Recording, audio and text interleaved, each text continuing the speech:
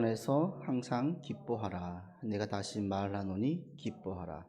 너희 관용을 모든 사람에게 알게 하라. 주께서 가까우시니라. 아무것도 염려하지 말고 다만 모든 일에 기도와 간구로 널 구할 것을 감사함으로 하나님께 아뢰라. 그리하면 모든 지각에 뛰어난 하나님의 평강이 그리스도 예수 안에서 너희 마음과 생각을 지키시리라. 아멘. 제가 지금 목회한 지가 횟수를 따져보니까 26년째가 됐어요. 목회를 하다 보면 하면서 이게 참 중요하구나 라고 새롭게 느껴지는 것들이 있고, 또 있으면서 그 중요한 것에 대한 가치가 처음 중요하게 여겼던 것들이 시간이 지날수록 더 중요하게 여겨지는 것들이 있어요. 믿음이 정말 중요하구나, 이걸 참 많이 느끼고요. 그래도 정말 교회 안에 있어야 되는구나. 목회를 하면서 더 느껴지는 것은 더더욱 교회 안에 있어야 그래도 신앙을 지킬 수 있고 바른 길로 갈 수 있구나, 이런 것들을 되게 많이 느끼고요. 성도들을 바라보면서는 정말 성도들이 성경을 알아야 되겠구나, 성경을 정말 가르쳐야 되겠구나. 그리고 옆에 있는 주변의 동료들이 누구냐가 그 사람 신앙에 지대한 영향을 끼치는구나, 이런 것들을 제가 이제 목회하면서 배워가고 알아가게 돼요. 지금 오늘 본문에 나와 있는 바울이 사도로서 자기 온 몸을 다 바쳐서 선교하고 복음을 증거하면서 바울이 중요하게 여기는 것들이 있었습니다. 교리적으로 볼 때에는 지난주에 말씀드렸던 주, 큐리오스, 또 그리스도, 그리고 자신을 향해서는 계속 종으로 표현하거든요. 둘로스, 종이라는, 이런 개념들이 바울에게는 대단히 중요하게 와닿게 됐어요. 그리고 실천적인 면, 생활적인 신앙에 있어서 개인 신앙과 성도들의 신앙적인 면을 볼 때에는 바울을 보면은 덕을 강조해요. 교회의 덕을 위해서 힘써라. 또 선을 따르라고 이야기합니다. 피차 고면하라고 이야기합니다.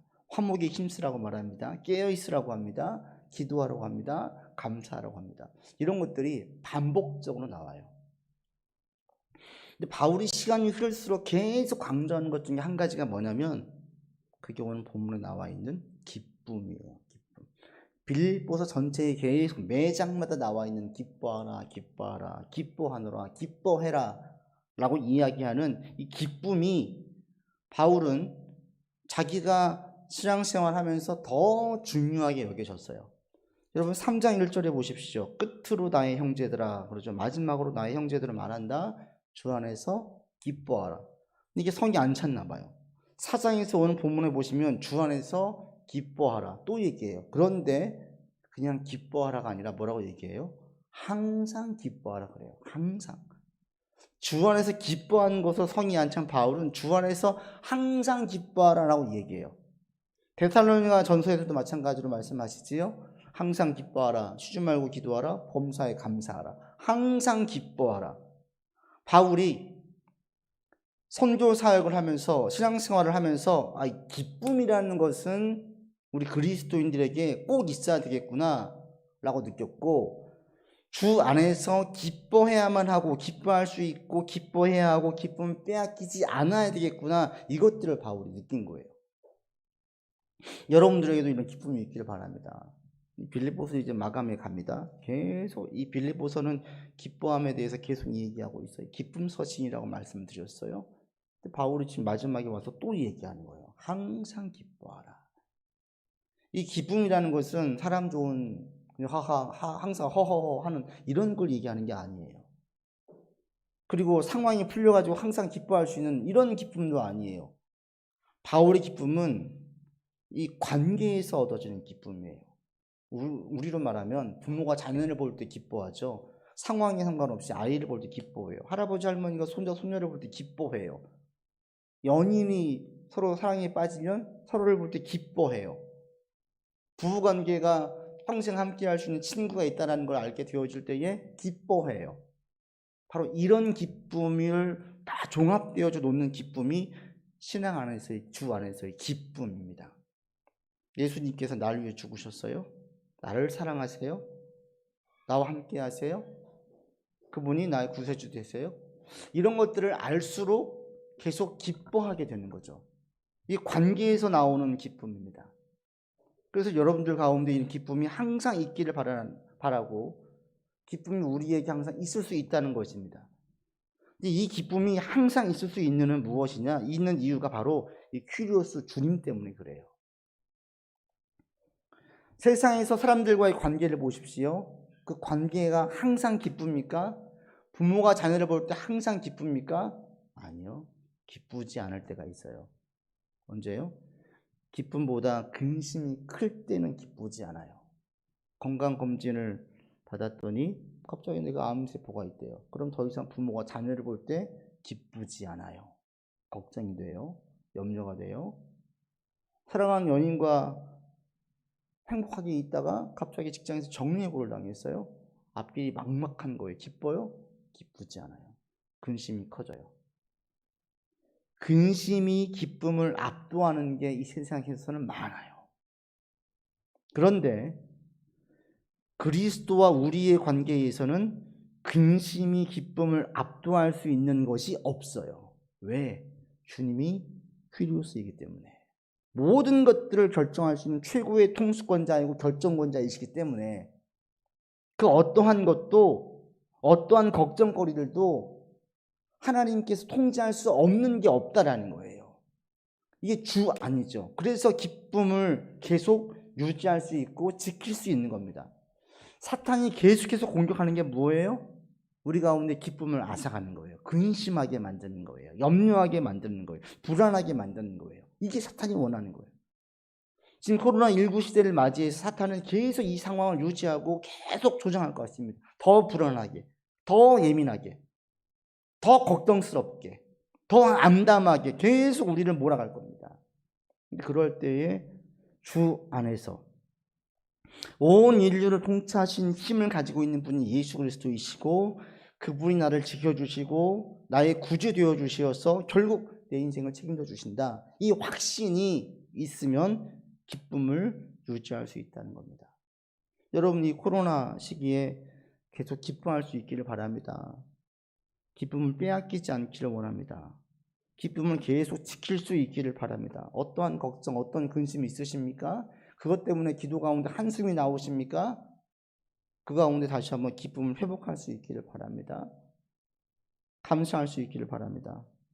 예수님께서 온 인류의 최고 통치권자이심을 계속 고백하십시오. 나의 약한 믿음, 손절인 믿음을 다시 붙잡아 달라고 기도하십시오. 여러분, 반복된 시련과 어려움으로 좌절되어 있는 분 있으세요? 다시 일어나서 예수님을 주로 고백하시고 주 안에서 기쁨을 회복할 수 있기를 바랍니다. 아멘. 바울이 지금 그래서 다시 기뻐하라 4절에서 말하고 있어요. 그런데 바울이 기뻐하라는 의미를 조금 더 구체적으로 5절, 6절, 7절에서 설명하고 있어요. 이 4절로 7절까지는 병행 구절이에요. 하나로 묶어서 보셔야 돼요. 즉 4절에 기뻐하라, 이 기쁨이 5절에도 영향을 주고 6절, 7절에도 영향을 준다는 겁니다. 기뻐하는 것이 어떻게 영향을 주느냐, 어떤 것과 연결되어지느냐, 여러분 5절 보십시오. 같이 읽겠습니다. 너희 관용을 모든 사람에게 알게 하라. 주께서 가까우시니라. 기뻐하는 것이 관용과 연결된다고 해요. 관용이 뭐예요? 관대한 태도예요. 누군가 내게 잘못을 할 때에 남의 잘못을 너그럽게 받아들이고 용서하는 것이 관용이에요. 그런데 주 안에서 기뻐하면 이게 관용과 연결되는가 봐요. 바로 바울이 뭐라고 얘기합니까? 5절에서 너희 관용을 모든 사람에게 알게 하라. 그리스도인들, 주 안에서 기뻐하는 사람들은 관용을 베푸는 사람이라는 거예요. 이것들을 사람들이 알게 하라고 이야기해요. 이 주 안에서 기뻐하는 기쁨과 관용이 어떻게 연결되어져요? 주 안에서 기뻐하면 마음의 상태가 안정이 돼요. 불안하지 않아요. 마음이 안정된 상태를 계속 유지할 수 있어요. 마음이 안정된 상태를 유지하는 사람들의 특징 중에 한 가지가 뭔지 아세요? 관용이에요. 너그러움이에요. 외부에 대한 변화에도 크게 스트레스를 받지 않아요. 누군가 나에게 잘못하고 실수한 것에 대해서 조금 더 너그러워요. 근데 내 마음이 불안하고 초조하고 예민해져 있으면 어때요? 남의 실수에 대해서 이게 쉽게 용서가 안 돼요. 받아들여지지가 않아요. 제가 우리 아이들 볼 때 그걸 종종 느껴요. 내가 힘들고 내가 피곤하고 내가 무엇인가 신경이 곤두서 있으면 아이들의 행동이 똑같은 행동인데 조금 더 심하게 제가 반응을 해요. 반면에 제 마음이 평안하고 감사한 마음이 가득 되어져 있으면 아이들의 그런 행동에 대하여서 허허 할 수 있는 마음이 들어요. 이게 수시로 바뀌어지고 수시로 이런 변화의 모습들을 제가 느껴요. 그런데 주 안에서 기뻐하는 사람들은 이런 관용의 마음, 이 마음의 안정된 상태를 계속 유지하다 보니 다른 사람들에게 관용을 베풀기가 훨씬 쉬워지지요. 지금 코로나 시대를 보십시오. 연일 최고치를 기록하고 있는 코로나 신규 확진자를 볼 때에 어렵고 힘든 상황에 있는 분들이 많아요. 상황이 불안정해요. 상황이 불확실해요. 이게 지속되어지고 있어요. 이게 지금 한 2년여 동안 지속되어지니까 어떻게 되겠습니까? 계속 불안해요. 계속 불안정해요. 계속 불확실해요. 어떻게 되겠어요? 특히 여기에서 지금 직장에서 직격탄을 맞고 있는 분들, 직장에서 지금 코로나의 영향을 직접적으로 받고 있는 관계되어 있는 직종에 있는 분들은 이게 지금 하루하루가 조마조마한 거예요. 이런 마음 상태가 계속되어지면 어떻게 되겠습니까? 불안정하죠. 그래서 자기도 모르는 사이에 자꾸 부정적인 생각이 들어가는 거예요. 회의적인 생각이 들어가요. 말을 할 때에도 자꾸 부정적인 말이 막 그냥 입버릇처럼 튀어나와요. 작은 변화에도 막 크게 놀래요. 작은 실패에도 크게 절망해요. 지금 그런 분들이 많아졌어요. 자꾸 한숨을 쉬어요. 평소보다 훨씬 더 예민해져 있어요. 다른 사람의 실수에 대해서 더 신경질적으로 반응을 보여요. 그리고 세상에 대해서 대단히 부정적인 마음이 훨씬 커져요. 이게 왜 그래요? 마음이 불안정하니까 그러는 거예요. 이것이 계속되니까 지금 이런 마음이 드는 거예요. 그래서 이 코로나 상황 가운데에서 마음을 지키지 못하는 분들은 예전에 비해서 훨씬 성마른 사람이 되어져 있어요. 교량이 좁고 막 불끈불끈하고 막 쉽게 좌절하고 쉽게 절망하고 미래에 대해서 대단히 부정적인 사람으로 변해버려요. 마음이 무너져서 그렇습니다. 그리스도인도 예외가 아닙니다. 우리 그리스도인 똑같아요. 앞서 말씀드린 제가 우리 아이들 작은 예를 들었지만 큰 일을 겪을 때에는 저도 절망스러운 겪을 때가 있어요. 저도 불안해할 때가 있어요. 저도 예민할 때가 있어요. 그런데 감사한 게 뭔지 아세요? 다시 주님, 큐리오스 대신 주님을 묵상하고 생각을 하면 안정을 찾아요. 절망의 시간을 빨리 털고 일어날 수 있어요.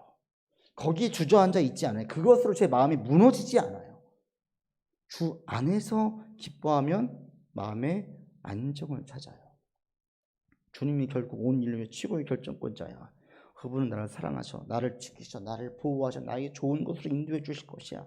확신한 순간 다시 마음에 안정이 와요. 이 안정이 계속되어지면 어떻게 되겠습니까? 일반 사람보다 훨씬 더 관용을 베풀 수 있게 되어져요.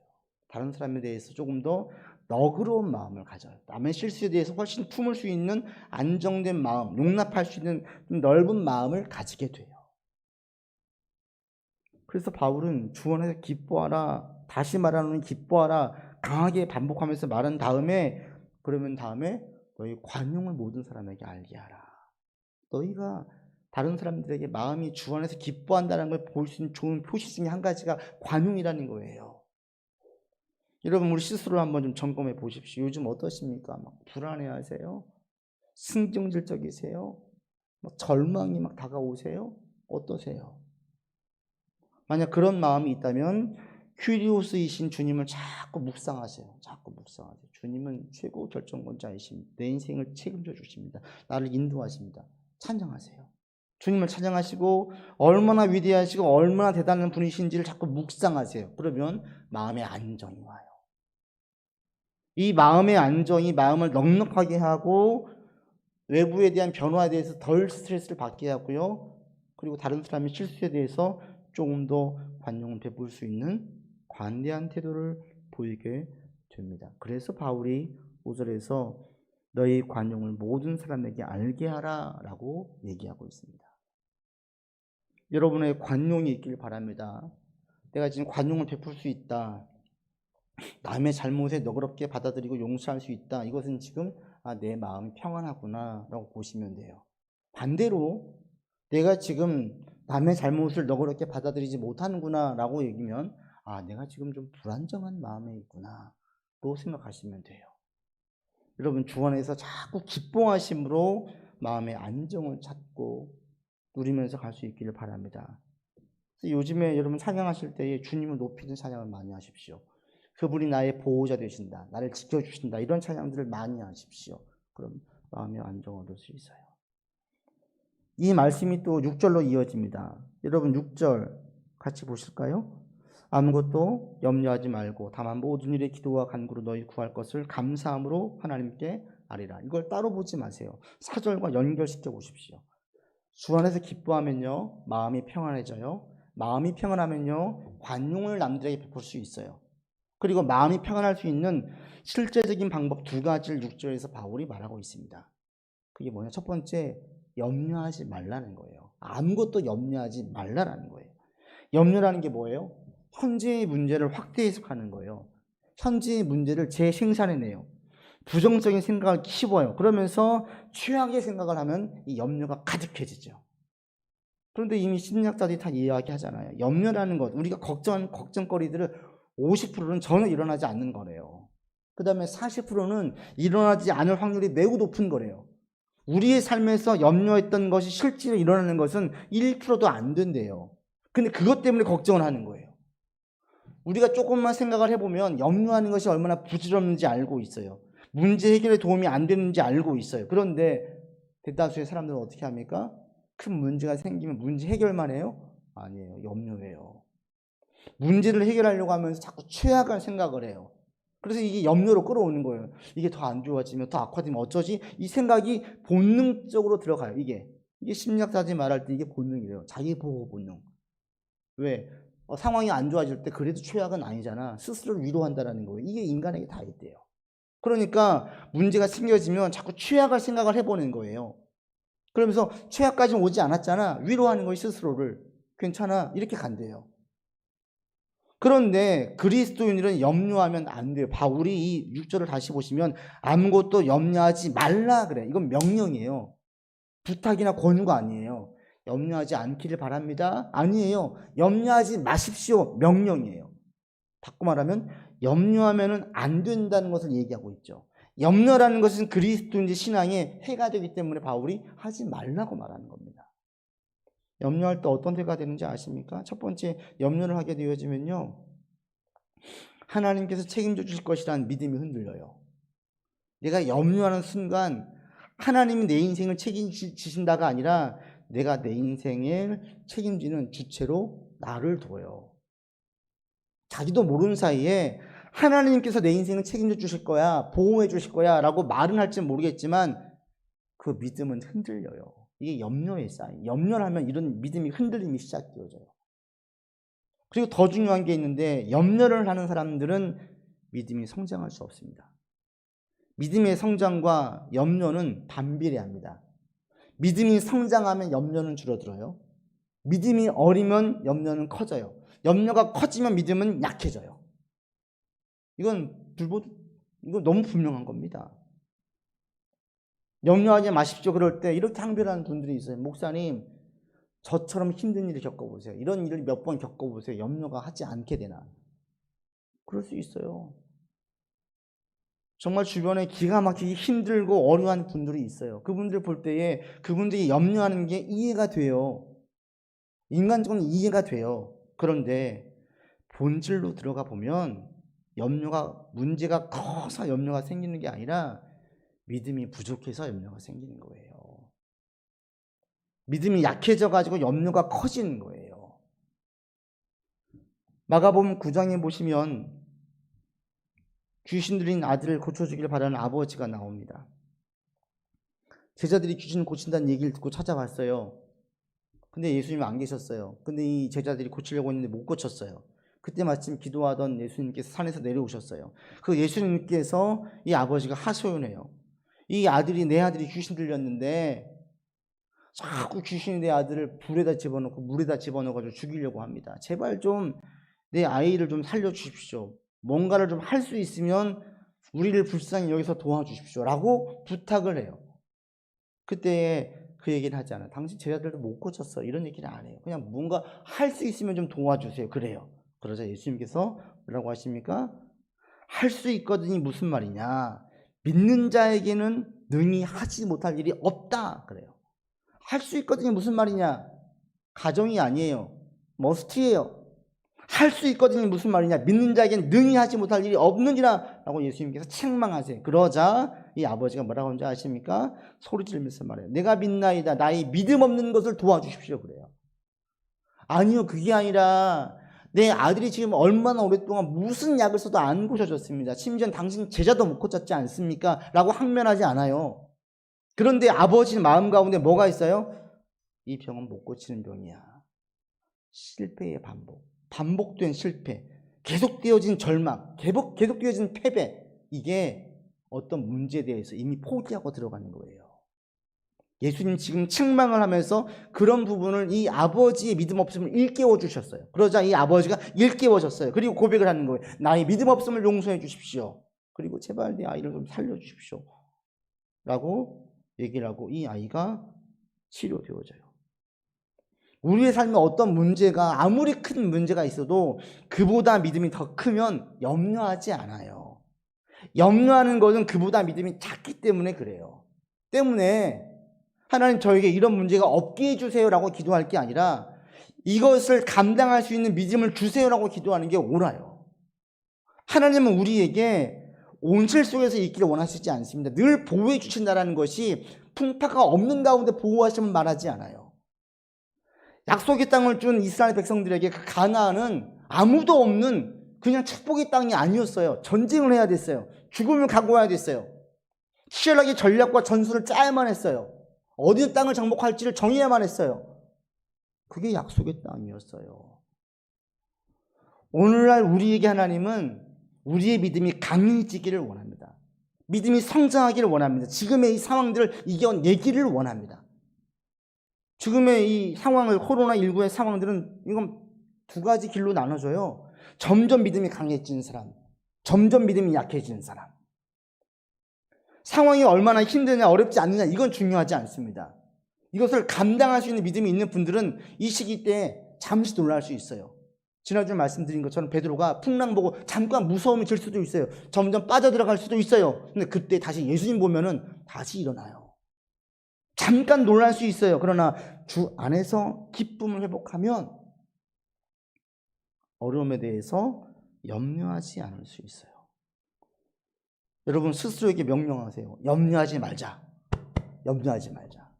스스로에게 명령하세요.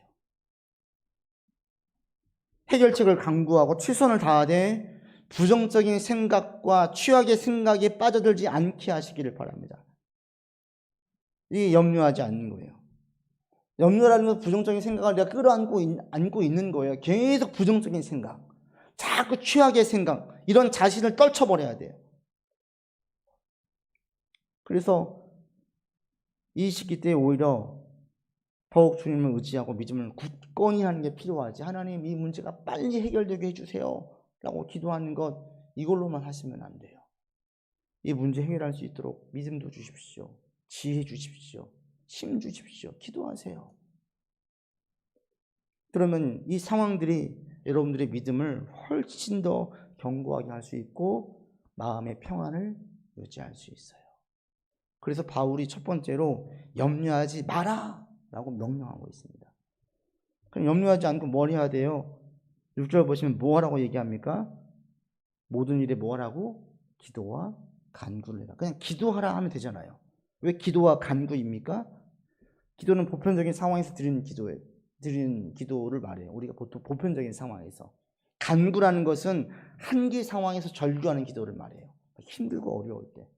그러니까 쉽게 말하면 이전보다 훨씬 더 힘써서 기도하라는 거예요. 상황이 힘들어? 염려하지 마. 대신에 뭐 하라고요? 기도하라고. 그리고 염려를 안고 기도하지 말라고. 주 안에서 기도하라고. 나를 지켜주신다. 이 기쁨을 가운데에서 기도하라고 말해요. 그런데 바울이 또 한 가지 얘기하는 게 있습니다. 6절 하반에 보시면 너희 구할 것을 어떻게 하래요? 감사함으로 아뢰래요. 기도할 때에 감사함으로 기도하라고 얘기해요. 이 감사란 바울의 속뜻이 무엇일까요? 예수님께서 요한복음 11장에 보시면 죽은 나사로를 살립니다. 그때 예수님께서 이렇게 기도하세요. 아버지여 감사하나이다. 그리고 난 다음에 나사로를 명의해서 살아나게 해요. 그때 예수님께서 무엇을 감사한 줄 아십니까? 아버지여 내 말을 들으시는 것을 감사합니다. 내가 지금 기도하는 기도를 들어주심에 감사합니다 라고 고백한 다음에 큰 소리로 나사로야 나오라 말씀하세요. 예수님께서 무엇을 감사하셨어요? 나의 기도를 들으시는 하나님에 대해서 감사했어요. 바울이 지금 감사함으로 기도해라는 말뜻이 바로 이거예요. 기도할 때에 절대 잊어버리지 말 게 하나 있다. 뭐냐면 지금 나의 기도를 들으시는 하나님을 기억하면서 기도하라는 거예요. 하나님 지금 내 기도를 들으시는구나. 이렇게 기억하면서 기도하라고 얘기하고 있어요. 이게 왜 중요하고 왜 필요합니까? 힘들고 어려워지면요 하나님이 내 기도를 안 들으시는 것 같아요. 기도를 했어요. 좋은 일이 안 생겨요. 형편이 안 풀려요. 상황이 더 악화되어져요. 그럼 어때요? 어떤 마음이 스물스물 들어요? 하나님 내 기도를 안 들으시나 봐. 이런 생각이 의식 가운데 무의식 가운데 자꾸 생겨져요.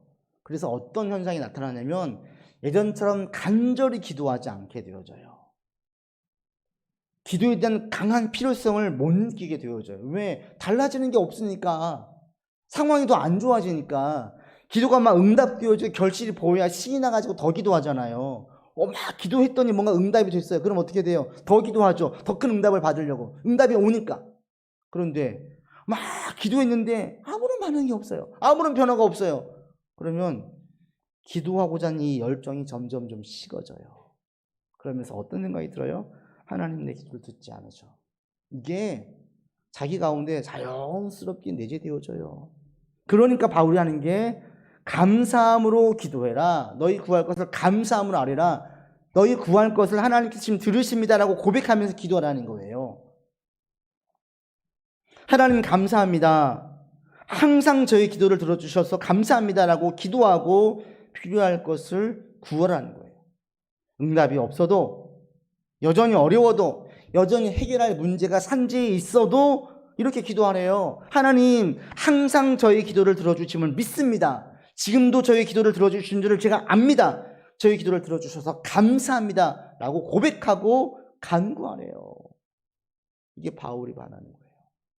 여러분 가운데에도 이렇게 기도하기를 바랍니다. 여러분 오늘부터 기도할 때 이렇게 기도하십시오. 하나님 나의 기도를 들어주신 줄 제가 압니다.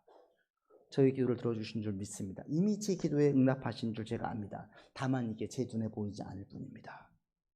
그러면 이런 내 기도를 들으시는 하나님에 대한 기도를 드리고 확신을 하잖아요. 불안과 두려움과 낙심과 절망이 점점 사라져가요. 그리고 가운데 마음의 평안이 회복되어져요. 그리고 견딜 수 있는 마음이 회복되어집니다. 여러분 가운데 이런 은혜가 있기를 바랍니다. 말씀을 맺습니다. 여러분 아무것도 염려하지 말라고 자신에게 명령하세요. 아무것도 염려하지 말자. 아무것도 염려하지 말자. 자꾸 부정적인 생각, 최악의 생각하지 마세요. 닥쳐서 감당하세요. 감당할 수 있어요. 아무것도 염려하지 말자. 그리고 지금 내가 해결할 수 있는 문제만 하자. 그리고 고백하십시오. 하나님 저희 기도를 들어주셔서 감사합니다라고 감사 기도 드리세요. 여러분 기도할 때마다 계속 이런 기도를 드리세요. 오늘부터 하나님 저희 기도를 들어주셔서 감사합니다. 허물 많고 죄 많은 저희 기도를 들어주셔서 감사합니다. 여전히 들어주심에 감사드립니다. 고백하세요. 그 다음에 기도하세요. 하나님 저를 도와주십시오. 제가 저희 어떤 문제를 힘들어하는지 아시지 않습니까? 주님 해결해 주십시오. 채워주십시오. 필요를 채워주십시오. 라고 기도하세요. 계속 이렇게 하세요. 바울이 지금 이걸 얘기하고 있습니다. 이게 주 안에 기뻐하는 자의 모습이에요. 다른 사람을 대할 때의 모습, 기도할 때의 모습이에요. 그러면 이런 생활을 계속하면요, 불안한 마음, 예민한 마음이 안정을 찾습니다. 관용을 베풀게 됩니다. 그리고 문제에 놀라지 않게 되어집니다. 하나님께서 주신 지혜와 능력으로 문제를 자꾸 대하다 보니까 얽힌 실타래가 풀리듯이 하나씩 하나씩 매듭이 풀려지기 시작해요. 상황이 조금씩 개선되어짐을 여러분 경험할 수 있게 됩니다. 그리고 이 시기가 지나가 나면 믿음이 이만큼 성장해 있는 자신을 발견하게 될 것입니다.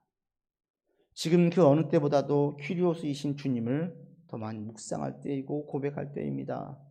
온 인류의 힘과 능력을 가진 이는 그 누구도 아니고 오직 예수님 주님을 계속 고백하십시오. 그래서 지금 시기는 더욱더 어느 때보다도 마음을 지킬 때입니다. 잠언서에 말씀하고 있지 않습니까? 무릇 지킬 만한 것보다 더욱 힘써서 내 마음을 지키라. 생명의 근원이 이에서 난다. 마음을 지켜야 돼요. 마음의 평안을 유지하시길 바라고, 이 평안이 주 안에서 있어지기를 바라고, 이번 한 주간도 어떤 일이 와도 여러분 마음의 평안을 빼앗기지 마세요. 지키세요. 기쁨은 빼앗기지 마십시오. 지키십시오. 그리고 주님께 기도할 때 감사함으로 기도하십시오. 하나님 감사합니다. 이렇게 나아가서 지금의 시기들을 잘 극복해낼 수 있는 여러분 되시길 바라고, 이 시기가 지나고 난 다음에 여러분들의 믿음이 훨씬 더 견고해지고 성장해질 수 있는 시기가 되기를 주의 이름으로 축원합니다. 기도합시다. 아버지 하나님, 주 안에서 기뻐하는 우리가 되기를 원합니다. 주님 안에서 기뻐하기를 원합니다.